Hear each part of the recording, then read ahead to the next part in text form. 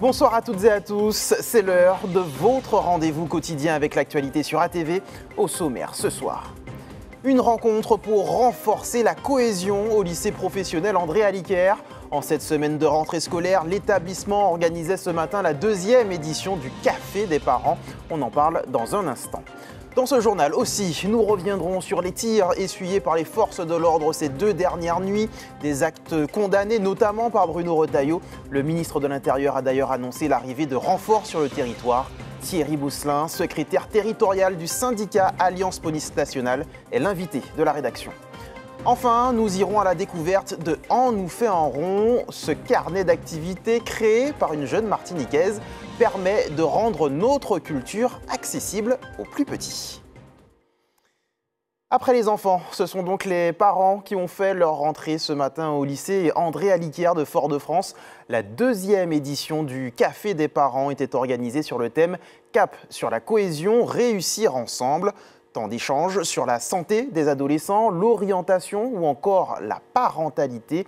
L'initiative vise à renforcer le lien entre l'établissement et les familles. Le reportage de Louise Sabas. Je vais lui ouvrir le cerveau en deux. C'est con parce que j'ai pas pris mon couteau et mes trucs. Mon couteau. Sourire pour mieux réussir. L'atelier animé par l'association Clown Doctet avec ses élèves entre dans le cadre du café des parents du lycée professionnel André Aliker. Une matinée d'accueil et de rencontre entre les nouveaux élèves, leurs parents et la communauté éducative avec un thème « Cap sur la cohésion, réussir ensemble ». Une initiative saluée pour ceux qui accompagnent leurs enfants pour leur rentrée. Ça nous a permis d'échanger avec des professionnels très investis et surtout de savoir que nos enfants seraient bien cadrés. Donc c'était quelque chose d'extrêmement rassurant. On a pu échanger sur plusieurs points comme le sommeil avec l'infirmière, comme le bureau des entreprises pour l'aide à la recherche au stage. Enfin, vraiment, le mot qui me vient, c'est prise en charge. Il fallait que j'accompagne ma fille pour sa rentrée. Et puis, la directrice nous a proposé. Donc, du coup, on est resté. Il y a eu les discussions avec l'Assemblée, les personnels. Donc, c'est très intéressant. Donc, faire un autre atelier, ça m'intéresserait, oui. Il faut avoir un premier contact, surtout si on ne connaît pas les personnels, puisque c'est la première entrée en seconde de ma fille. Plus qu'une simple rencontre, ce rendez-vous veut poser les bases d'une année scolaire sous les meilleurs auspices, en impliquant les parents, afin de créer un environnement plus propice à la réussite des jeunes. C'est important parce qu'il sait qu'il est regardé, qu'il est pris en compte, qu'il est considéré aussi bien par l'école que par le parent. C'est une validation pour lui de son parcours par son parent. Ça, il n'y a pas de secret. Vous voulez que votre enfant réussisse scolairement, même si vous ne connaissez pas parfaitement ce qu'il étudie, ça n'a aucune importance. L'idée, c'est de s'impliquer dans ce qu'il vit au quotidien à l'école. Une façon pour les parents de mieux comprendre les enjeux de l'établissement et de plus s'impliquer dans la vie de la communauté éducative. C'est un partenariat que nous essayons de nouer dès le séminaire de rentrée avec les parents pour mieux leur expliquer aussi qu'ils prennent conscience de leur rôle à la maison, mais également de leur rôle auprès de nous en établissement. Il s'agissait ce matin de faire en sorte qu'ils comprennent qu'ils sont les premiers acteurs de leur vie. Le Café des parents, seconde édition du lycée professionnel André Aliker, veut faire entrer le concept de bonheur au sein de la communauté éducative de l'établissement afin que les jeunes trouvent la motivation nécessaire à leur réussite. L'actualité de ce mercredi est aussi marquée par cette annonce de Bruno Retailleau sur ses réseaux sociaux. 2 escadrons de gendarmes mobiles viendront en renfort sur l'île. Le ministre de l'Intérieur réagit ainsi aux violences à l'encontre des forces de l'ordre dans la nuit. 5 gendarmes ont été blessés par des tirs alors qu'ils procédaient à la levée de barrages en marge des manifestations contre la vie chère. Et oui, cela ne vous aura pas échappé. Le contexte social est à nouveau très tendu sur l'île depuis le début de la semaine. Et pour en parler, nous recevons ce soir le secrétaire territorial du syndicat Alliance Police Nationale, Thierry Bousselin. Bonsoir. Bonsoir à vous, à toutes et à tous. Merci d'avoir accepté notre invitation. Une réaction peut-être déjà à cette annonce de Bruno Retailleau, ces 2 escadrons de gendarmes mobiles. Est-ce que c'est une réponse qui correspond à notre réalité? Est-elle suffisante? Alors, s'il y a des exactions, je vous dirais que oui. Mais pour moi, la meilleure des solutions, c'est qu'il n'y ait pas de violence et que si des gens ont un autre ordre à présenter à la population martiniquaise, au peuple martiniquais, il y a des voies démocratiques, ça peut se faire avec un programme politique et on soumet ça au peuple qui va prendre la décision. Pour revenir sur les violences des 2 nuits dernières, il y a ces 5 gendarmes donc blessés, je le disais, hier soir, alors, et des policiers aussi qui ont été visés lundi soir, c'est ça? Alors lundi soir, il y a un équipage de police qui a été visé par des tirs. Bon, fort heureusement, il n'y a pas eu de dégâts et de collègues de blessés. Mais hier, nous avons eu 5 collègues gendarmes blessés plus ou moins légèrement. Voilà, je rappelle que quand vous retirez la tenue, vous avez affaire à des hommes et à des femmes, hein, d'accord, des pères de famille. Et voilà, on ne tire pas sur la police ou la gendarmerie, et notamment pour des velléités politiques, voilà, ça n'a pas de sens. Des actes donc, qui ont eu lieu plutôt la nuit. En journée, il y a eu 2 mobilisations. Une première au niveau de la Sarah, lundi, au niveau de l'aéroport, mardi. Voilà. Quelle est la limite finalement pour vous entre le droit de manifester et justement ces échauffourées qui peuvent exister avec les forces de l'ordre? Mais la limite, elle est fixée par le droit. Elle n'est pas fixée par la police, la justice ou par Thierry Bousselin. C'est le droit. Le droit définit les circonstances dans lesquelles on peut procéder à une manifestation. Une manifestation souffre d'une déclaration préalable, d'une autorisation, et tout doit être défini avec les forces de sécurité, notamment sur le parcours, la sécurité et tout. Et comprenez bien que, par exemple, la Sarah qui est un site Céveso, ça m'étonnerait qu'on vous donne l'autorisation de manifester. Donc vous avez bien compris que cette manifestation n'était pas déclarée. Et je vous rappelle que sur cette manifestation, il y a quand même eu un gendarme de blessé. Vous avez parlé du droit, un droit qui encadre aussi la façon dont les forces de l'ordre sont autorisées finalement à remettre l'ordre justement sur la voie publique. Mais absolument, non seulement à remettre l'ordre, à maintenir l'ordre et à le rétablir, comme ça a été le cas lors des événements 2024. Mais enfin, bon, vous savez, nous sommes, je pense, des grands démocrates. Même si ce n'était pas déclaré, vous voyez bien que l'autorité préfectorale et l'autorité judiciaire ont laissé faire, pensant que voilà, qu'il serait bon jusqu'à une certaine limite que les gens s'expriment. Nous n'avons pas de problème avec ça. Vous comprenez qu'il puisse y avoir une défiance peut-être vis-à-vis de l'autorité?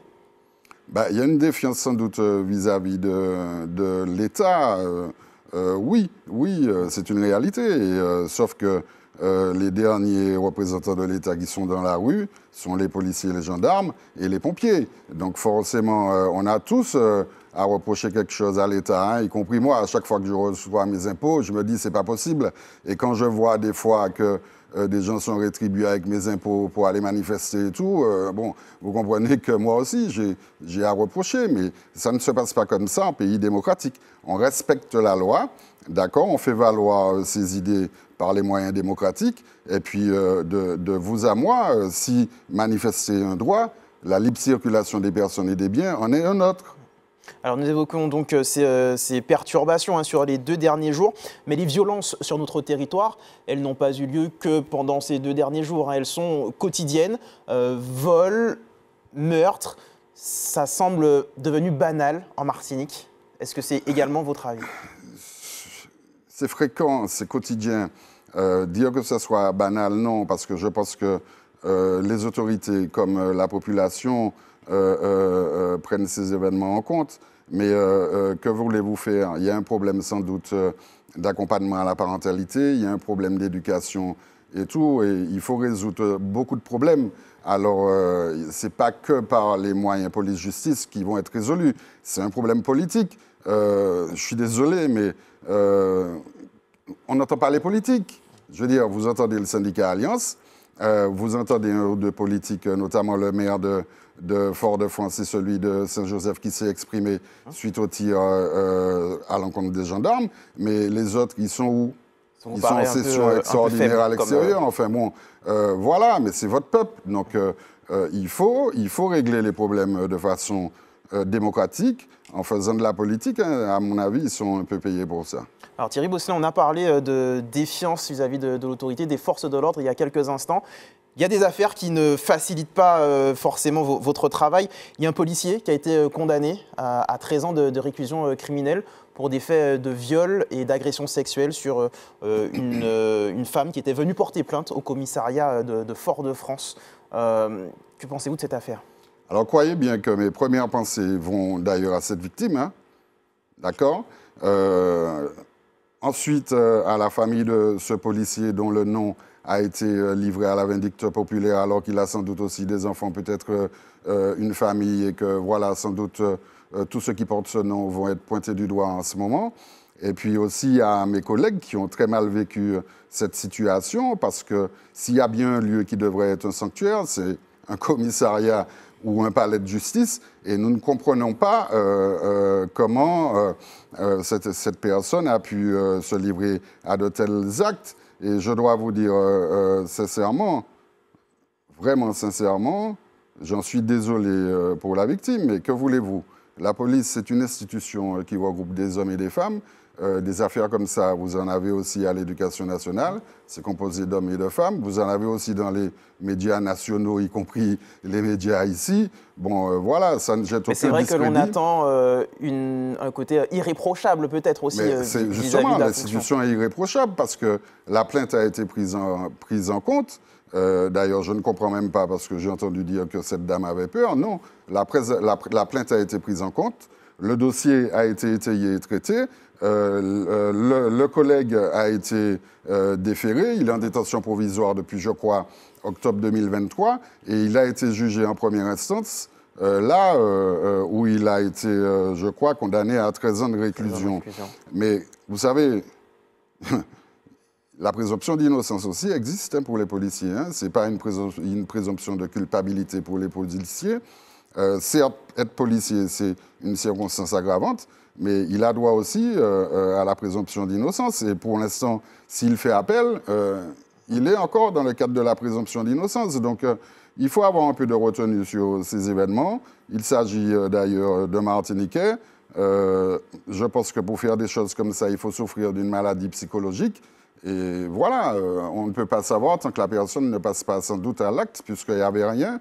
Il n'y avait rien dans son comportement qui laissait envisager ces problématiques. Il a eu des problèmes au niveau administratif et notamment, il a eu des sanctions disciplinaires pour d'autres faits. Qui n'avaient rien à voir avec ce type de fait-là. Et pensez bien que si nous avions vu un quelconque égarement, quel que soit le niveau de hiérarchie ou quels que soient les collègues, c'est clair que ça allait être réglé. Mais j'ai confiance dans mon institution parce que je sais que c'est la plus contrôlée et la plus sanctionnée. Bien, merci beaucoup Thierry Bosselin d'avoir accepté notre invitation ce soir. Nous évoquions il y a quelques instants l'actualité sociale. Eh bien justement, les chauffeurs de bus du centre sont toujours en grève. Depuis le 25 août dernier, une cinquantaine de lignes ne sont plus desservies. Dans le viseur des salariés, la mise en place d'un nouveau marché du transport public par Martinique Transport. Une rencontre est prévue demain après-midi entre les différentes parties. On poursuit avec la découverte d'un carnet d'activités à destination des 6-10 ans. En nous fait en rond propose de faire voyager les petits lecteurs au cœur de notre culture de manière ludique et éducative. Un outil créé par une jeune Martiniquaise, John Madurey. Louis Sabas est allé à sa rencontre. C'est un carnet d'activités et d'histoire qui nous emmène vers un voyage au cœur de la culture martiniquaise. On nous fait en rond invite les enfants à suivre les aventures de Tijo dans ses découvertes du patrimoine de façon ludique. Ce livre est né du vécu de cette jeune Martiniquaise de 23 ans, étudiante en marketing digital dans l'Hexagone.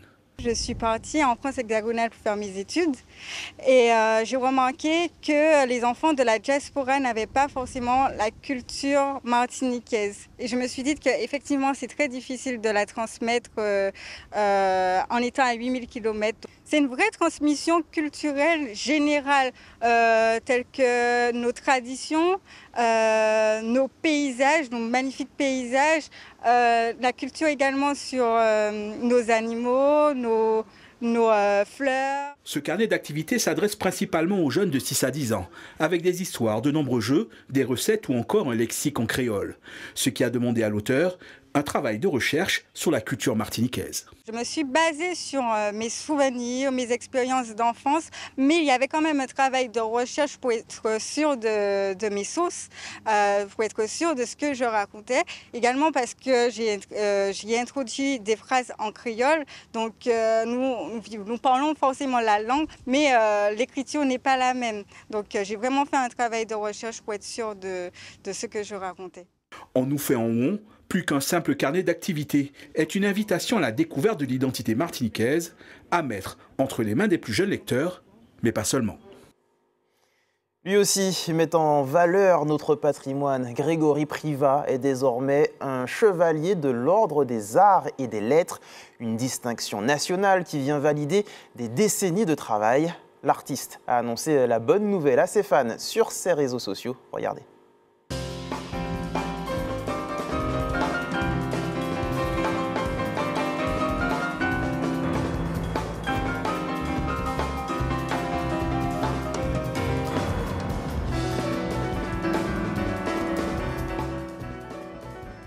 Aujourd'hui, je viens de recevoir une grande nouvelle. Je viens de recevoir un appel de ma production, de mon producteur qui m'annonce aujourd'hui que j'arrive même pas encore à réaliser en fait, que je suis chevalier des arts et des lettres. Donc c'est vraiment incroyable. Vraiment, je ne m'y attendais pas du tout et voilà, je tiens à en tout cas dire merci à la Martinique, merci à ma famille. Merci à mon entourage, aux gens qui m'entourent, merci à ma compagne.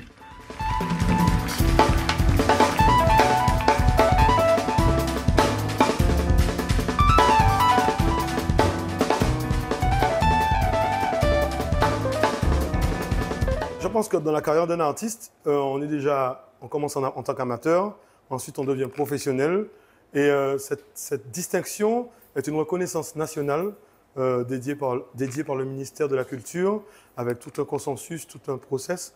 Et j'ai su ça il y a quelques semaines, que Grégory le serait. Et on ne lui a pas tout de suite dit, il l'a su aujourd'hui, parce que bon, c'était un peu les vacances. Mais je pense que dans la carrière d'un artiste tel que Grégory, avec qui depuis quelques années on fait presque tout le territoire, c'est une reconnaissance de sa création, une reconnaissance d'un savoir-faire. C'est aussi un Martiniquais. Et je pense que quoi de mieux que de recevoir une reconnaissance nationale pour une carrière telle que la sienne.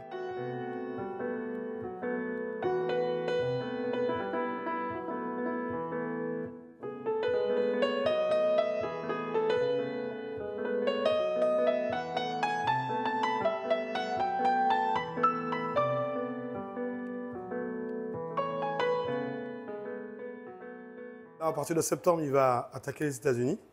Ensuite, oui, on passe par Princeton, Boston, Baltimore, New York, on passe par le Canada aussi. Et il sera en Martinique tout de même à partir du 25 octobre dans le cadre de Jazz Belle Étoile, organisé par la ville de Saint-Joseph et GC Productions, pour lui donner carte blanche à inviter ses plus fidèles collaborateurs, ses musiciens, ses amis dans le Jardin du Centenaire pour fêter cet événement.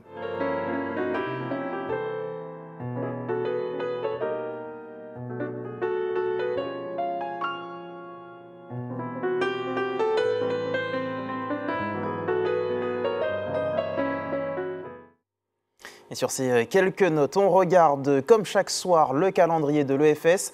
Demain, vous pourrez donner votre sang sur le parking du supermarché Plus Belle Price à Rivière-Salée de 8h30 à 17h30. Autre possibilité, la Maison du Don, immeuble Le Fils, quartier Dion à Fort-de-France de 11h30 à 17h30.